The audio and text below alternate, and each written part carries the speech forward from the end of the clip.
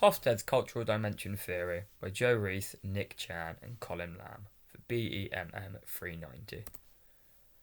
Hofstede's theory can be broken down into 6 cultural dimensions: power distance index, individualism versus collectivism, uncertainty avoidance index, masculinity versus femininity, long-term orientation versus short-term orientation, and indulgence versus restraint. The theory was developed by Gert Hofstede in 1980.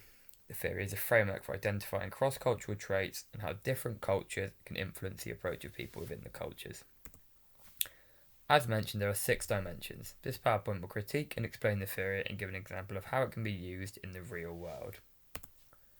The first one to look at is the power distance index. This looks at to what extent does the culture accept the inequality of power distribution. A high power distance culture puts emphasis on a hierarchy within the society. An example is South Korea. In South Korea, they'll have many leaders. A low power distance index means a more shared view of status and power, such as everyone being on the same playing field. Although there are managers, everyone shares the workload, such as in the United States or the United Kingdom.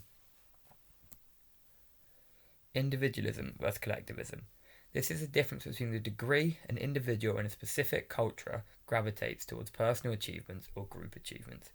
A culture that prioritises personal goals would be the United Kingdom or the United States, whereas a culture that works more as a team, is more collective and focused on group goals would be a country like China or other countries in Asia. Uncertainty Avoidance Index. Uncertainty avoidance index analyses how an individual from a different cultural background deals with uncertainty and ambiguous situations. These can be situations where the individual needs to choose between following strict guidelines or using their own initiative. A culture that scores high on this would be more risk averse and put an emphasis and priority on stabilising a situation. They hold very strict guidelines from work approaches and don't deviate from the standard norm. An example of a country like this is Mexico. A low-scoring country would have a higher and a better tolerance towards situations in which they are uncertain, therefore having a less regulated approach and guidelines towards work. A good example of this is the United Kingdom. We often go out of the guidelines to make sure the job is done. Masculinity versus femininity. Distribution of values between genders within the society. Depending on the society being masculine or feminine, this determines what values and norms society would view as more valuable and more appropriate to them. These are specific on the roles gender play in the culture. A masculine culture puts emphasis on distinct gender roles driven by personal achievement and rewards. A way to identify countries like this is by looking at countries with large pay gaps, for example, Japan. A feminine society is more focused on collective interest, i.e. the quality of life, including shared gender roles. An example of this is Sweden and the United Kingdom. Long-term orientation versus short-term orientation.